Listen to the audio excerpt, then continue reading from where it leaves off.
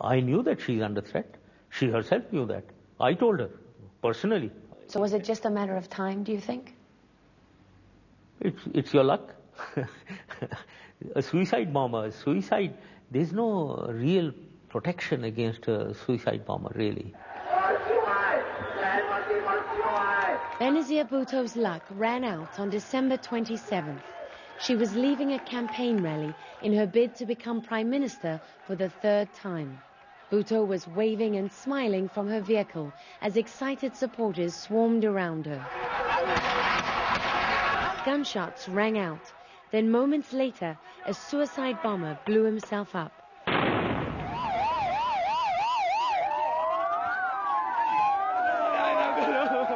In less than 2 hours, the announcement came that Benazir Bhutto was dead. That came as an utter shock. It came as an utter shock. What was the first thing that went through your mind when you heard this? I knew there was going to be disturbance in the country, and I immediately told the army commander and told everyone to alert everyone, and we must take immediate measures to control any kind of agitation, any kind of emotional outbursts. The moment word of Bhutto's death hit the streets, riots broke out. Much of the rage directed at President Musharraf, her main political rival. By the time of her assassination, how would you describe the nature of your relationship with her? Up and down. I mean, it wasn't constant. I had asked her not to come before the elections, and that we will arrange. Then she could come after the election, which she had agreed. She had agreed. But then she decided to come all of a sudden. Now that changed a little. It upset me a little. Were you feeling that she was not sticking to her agreements with you, that she wasn't keeping her word? To an extent, yes. She used to change the goalpost frequently, depending on the ups and downs here in the country. It sounds like she was annoying you. On many occasions, but on many other occasions, she was positive. Did you like her? I think in such situations, it's not your personal likes and dislikes. It's more for the nation that I thought one has to interact with her. When I hear words like that, you know, one has to interact with her for the sake of the nation, it sounds to me like you didn't like her very much. No, I wouldn't say that. I didn't like her. Well, I like or dislike, I didn't have any personal kind of friendship with her. The president was upset with Bhutto last October when, in spite of warnings, she went ahead with a rally in Karachi on her return from self-imposed exile in Dubai. Her convoy was attacked, 2 blasts killing close to 150 people. Now, in Karachi, we knew from Sheikh Mohammed of Dubai. I mean, I got intelligence from him. We had our own intelligence. He sent intelligence that there are suicide bombers there, targeting her.